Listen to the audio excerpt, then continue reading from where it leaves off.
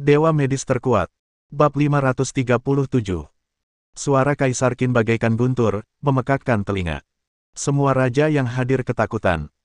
Lelaki di depannya ini tidak hanya tampak agung, tetapi metodenya lebih kejam daripada siapapun yang hadir. Bahkan lebih cepat. Dia benar-benar tahu cara membunuh orang. Yang mulia. Melihat seluruh tata surya, hanya ada segelintir orang yang berani melakukan hal ini pada dinasti Qin besar kita. Pihak lain kemungkinan besar adalah seorang penguasa dari dinasti lain. Apa yang dikatakan dokter itu masuk akal. Lagi pula, sepertinya pihak lain itu masih tinggal di bumi. Oleh karena itu, menurut perkiraan awal, pihak lain itu kemungkinan besar adalah keturunan dari dinasti terdahulu di bumi. Kaisar Qin menyipitkan matanya sedikit, dengan niat membunuh di matanya. Setelah dinasti Qin, banyak orang berbakat muncul di bumi. Kaisar Han, Kaisar Jin, Kaisar Sui, Kaisar Tang. Ada banyak sekali master yang sedang naik daun. Namun, satu-satunya yang memberikan kontribusi besar bagi generasi mendatang adalah Kaisar Qin Shi Huang. Orang-orang ini, yang berani menyerang rakyat dinasti Qin besar, pantas dihukum mati. Pangeran kedua, putramu sudah tiba. Wu Chenghou adalah calon ayah mertuamu. Wang Wan adalah tunanganmu. Kaulah yang bertanggung jawab atas masalah ini. Cepat pergi ke bumi dan cari tahu kebenarannya. Begitu kau punya petunjuk, segera kembali dan laporkan padaku. Janji. Pangeran kedua dinasti Qin menerima perintah itu dan pergi. Kaisar Qin berbicara lagi. Meskipun ada orang-orang yang membuat kekacauan di bumi, dalam waktu setengah bulan, makam Dewa Zhou akan dibuka. Kalian harus memusatkan semua perhatian kalian pada makam Dewa Zhou. Kali ini, dinasti Qin besar kita harus mempromosikan Raja Dewa yang lebih kuat. Janji. Semua orang menjawab serempak. Lalu Kaisar Qin menundukkan kepalanya sedikit dan mengusap pelipisnya dengan tangan kanannya dengan lembut. Baiklah, aku lelah, ayo kita semua turun. Ya, Tuan. Semua orang mundur dengan cepat, dan cahaya dingin melintas di mata Kaisar Qin. Siapakah yang memiliki kualifikasi untuk membunuh Bai Qi dan yang lainnya? Bai Qi dan Wang Jian keduanya adalah jenderal terkenal dari dinasti Qin, dan kekuatan mereka sangat dekat dengan seorang raja abadi. Bagaimana mereka bisa terbunuh ketika mereka bergabung? Siapa ini? Waktu dan ruang mengalir, bintang-bintang berubah, dan dalam sekejap mata, hari berikutnya sudah tiba. Istana Raja Zhao dari Qin ramai dengan orang hari ini. Di langit berbintang, tanah para pejuang, pemenggalan kepala jarang terjadi. Siapa saja yang melakukan kejahatan akan dibunuh di tempat, jiwanya akan dihancurkan. Namun hari ini, dia harus membunuh seorang penguasa kota yang memberontak, yang merupakan peristiwa langka. Terlebih lagi, untuk meningkatkan efek jera, Raja Zhao dari Qin memerintahkan semua penguasa kota Istana Abadi di berbagai tempat untuk datang dan menonton. Dapat dikatakan bahwa hari ini adalah hari terpadat di kota Qin Zhaowang sepanjang tahun.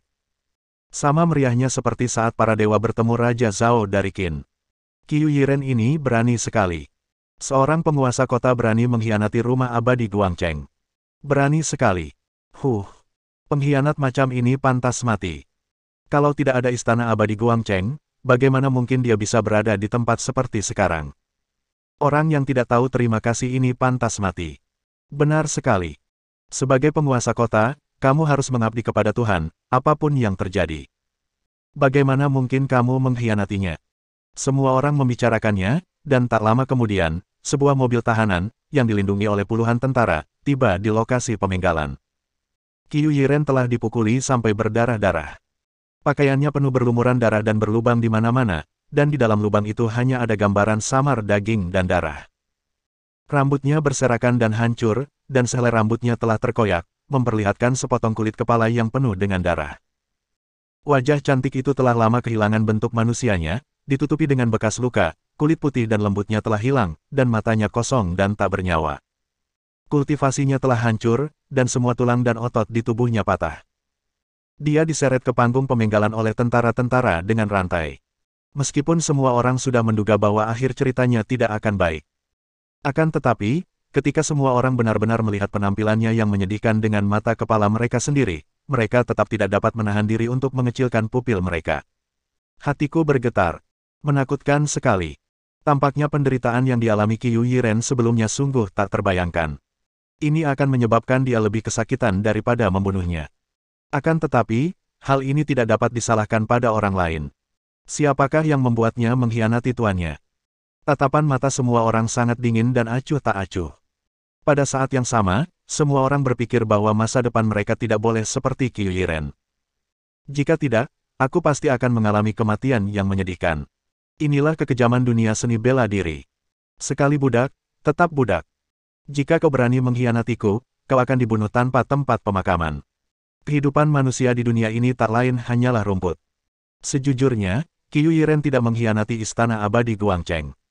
Dia tidak pernah melanggar kepentingan Guangcheng Immortal Mansion, tetapi hanya memberitahu Xiao Chen bahwa Guangcheng Immortal Mansion akan menghancurkan bumi. Sebenarnya, dia hanya ingin menghentikan pembantaian dan, ngomong-ngomong, menolong pria yang membuat jantungnya berdetak. Tapi dia harus mati. Karena orang-orang ini tidak tahu situasi sebenarnya. Orang-orang ini hanya tahu bahwa seluruh rumah abadi Guangcheng telah hancur, tetapi dia masih hidup dan sehat. Jadi, apapun yang terjadi, dia harus mati. Pangeran yang bertugas mengawasi eksekusi, Ying Sheng, mengenakan pakaian resmi, perlahan datang ke platform tinggi di belakang platform eksekusi. Matanya dingin dan wajahnya bangga. Temperamen dan perilaku seorang pangeran bangsawan terlihat jelas pada dirinya. Temperamen aristokrat yang superior seperti itu membuat orang-orang di sekitarnya iri dan takut. Ying Sheng melirik semua orang, tatapan matanya yang dingin seolah mengancam semua orang yang hadir. Mata itu seakan berkata, "Lihat, ini harga pengkhianatan." Semua orang yang melihat ke arahnya menundukkan kepala tanpa sadar. Tatapan mata yang menyedihkan seperti itu membuat mereka tidak mungkin menatapnya secara langsung. Segera setelah itu, dia mengarahkan pandangannya pada Qiu Yiren. Qiu Yiren, seluruh istana abadi Guangcheng telah hancur total. Semua penguasa kota telah tewas. Hanya kau yang selamat. Seseorang melaporkan bahwa kau telah berkomunikasi dengan dalang itu. Sekarang, pangeran ini menjatuhkan hukuman mati atas pengkhianatan dan langsung mengeksekusimu. Apa kau punya alasan? Qiu Yiren tidak menjawab. Ying Sheng sedikit mengernyit, dan seseorang di sampingnya segera berbisik. Pangeran, lidahnya patah. Jadi begitulah adanya. Ying Sheng mendengus, lalu mengangguk dan berbicara lagi. Karena kau tidak menjawab, berarti kau telah mengakui kesalahanmu. Dalam kasus ini, tidak ada lagi yang perlu dikatakan. Algojo, eksekusi aku. Begitu dia selesai berbicara, pendekar pedang yang berdiri di samping Qiu Yiren mengayunkan kapak besi besar yang baru saja diasah hingga bersinar. Kapak raksasa itu sangat besar, dan bila kapak itu memancarkan cahaya dingin dan niat membunuh yang berdarah-darah yang membuat jantung orang berdebar-debar. Qiu Yiren perlahan membuka matanya dan menatap kerumunan. Pada saat ini, dia benar-benar ingin melihat lagi sosok lelaki itu, meski hanya sekilas. Bab 538. Dia tidak menyesal. Pria itu membawa riak pada kehidupan stagnannya. Terkadang, cinta datang terlalu cepat, seperti tornado. Begitu megah dan hebatnya, momen itu cukup untuk dikenang di hati banyak orang. Meskipun begitu, Xiao Chen tidak pernah berbicara banyak padanya dan tidak pernah melakukan apapun untuknya.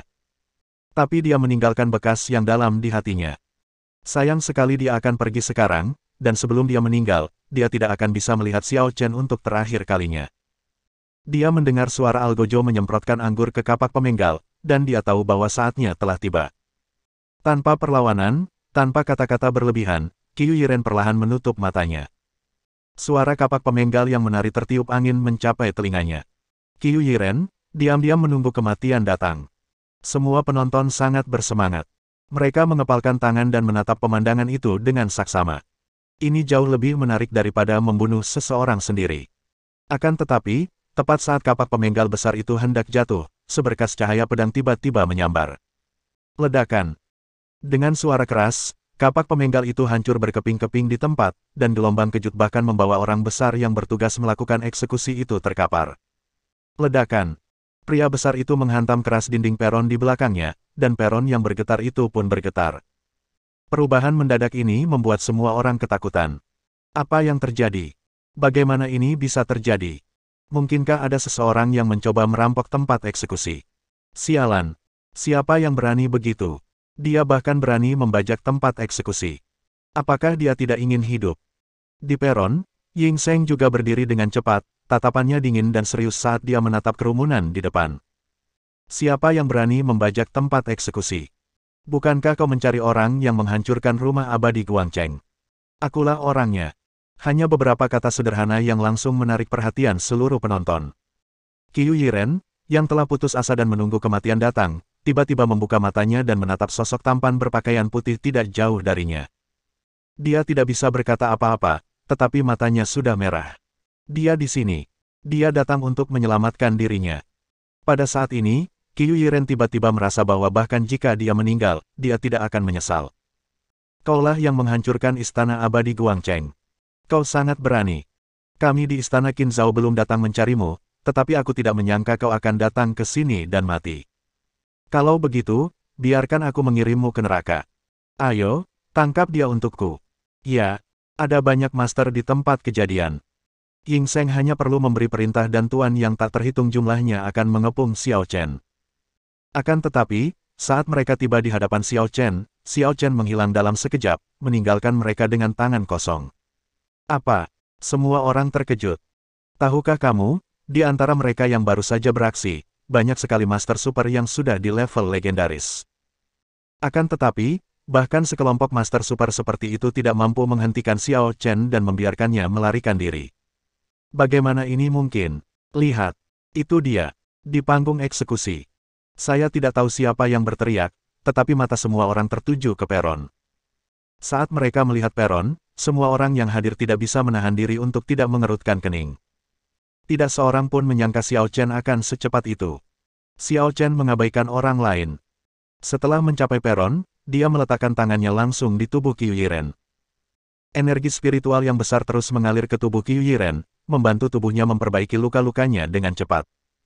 Keterampilan bela diri Xiao Chen sangat kuat, tetapi keterampilan medisnya benar-benar di puncak. Selama orang itu belum mati dan masih bernafas, dia bisa menyelamatkannya. Belum lagi, Qiu Yiren baru saja terluka parah. Xiao Chen tidak hanya memperbaiki semua lukanya, tetapi bahkan meridian dan dantiannya yang rusak. Setelah semua lukanya sembuh, Qiu Yiren tidak terburu-buru untuk dipindahkan, tetapi segera berkata, "Xiao Chen, cepatlah. Ini adalah istana Qin Zhao, kamu tidak bisa mengalahkan mereka. Kamu kuat, kamu bisa melarikan diri, cepatlah." Bodoh. Xiao Chen mengulurkan tangannya dan memukul kepala kecil itu dengan keras. Apa kau sudah gila? Bukankah sudah kubilang kalau kau mendapat masalah, kau bisa datang kepadaku? Aku berutang budi padamu. Qiu Yiren tersenyum pahit. Mengapa dia tidak pergi mencarinya? Faktanya, setelah Xiao Chen pergi, dia mengikutinya. Dia sangat takut kalau terjadi sesuatu pada Xiao Chen. Namun, ketika dia melihat Xiao Chen dengan mudah membunuh beberapa dewa dari Istana Abadi, dia tahu bahwa dia tidak layak untuk Xiao Chen. Dan ketika dia melihat Xiao Chen dan Liu Yunxuan bersama, pikirannya menjadi lebih jernih. Tidak ada tempat untuknya di samping Xiao Chen. Jadi, dia tidak ingin menimbulkan masalah pada Xiao Chen, jadi dia pergi diam-diam. Adapun kemudian, dia sayangnya tertangkap oleh orang-orang yang dikirim oleh Istana Qin Zhao untuk menyelidiki, dan kemudian dia menjadi sasaran pengadilan dan penyiksaan yang kejam. Jika Xiao Chen tidak datang ke sini hari ini, dia mungkin sudah mati, kan? Melihat dia tidak mengatakan apa-apa, Xiao Chen tidak dapat menahan diri untuk menggelengkan kepalanya. Lupakan saja. Aku terlalu malas untuk bicara omong kosong denganmu. Akulah yang membunuh orang-orang di rumah abadi Guangcheng, aku tidak bisa membiarkanmu disalahkan. Mulai sekarang, serahkan saja padaku. Lalu, dia mengalihkan pandangannya ke Ying Seng. Sekarang, saya ingin mengatakan dua hal. Pertama, aku ingin membawanya pergi. Kedua, serahkan saja orang yang menyerangnya padaku. Jika kamu melakukan dua hal ini, aku bisa menyelamatkan istana Qin Zhao milikmu. Begitu kata-kata itu diucapkan, langsung terdengar ledakan tawa di tempat. Hahaha. Ahahaha. Hampir semua orang yang hadir tertawa terbahak-bahak. Apa yang dikatakan Xiao Chen sungguh konyol. Siapa dia? Hanya orang biasa. Bahkan jika dia menghancurkan istana abadi Guangcheng, dia hanya memiliki sedikit kekuatan, tetapi dibandingkan dengan istana Qin Zhao, apalah dia? Dia bukan apa-apa. Dalam situasi seperti itu, beraninya dia mengucapkan kata-kata seperti itu kepada pangeran istana Qin Zhao. Ini benar-benar tidak masuk akal. Itu hal paling konyol di dunia. Setelah tertawa sejenak, seorang prajurit pelayan dari istana Qin Zhao, pelayan alam legendaris tingkat 9, melangkah maju sambil mencibir. Anjing macam apa kau, dasar bajingan kecil. Beraninya kau berbicara seperti itu kepada pangeran dari istana Qinzhou. Tahukah kamu apa yang sedang kamu bicarakan?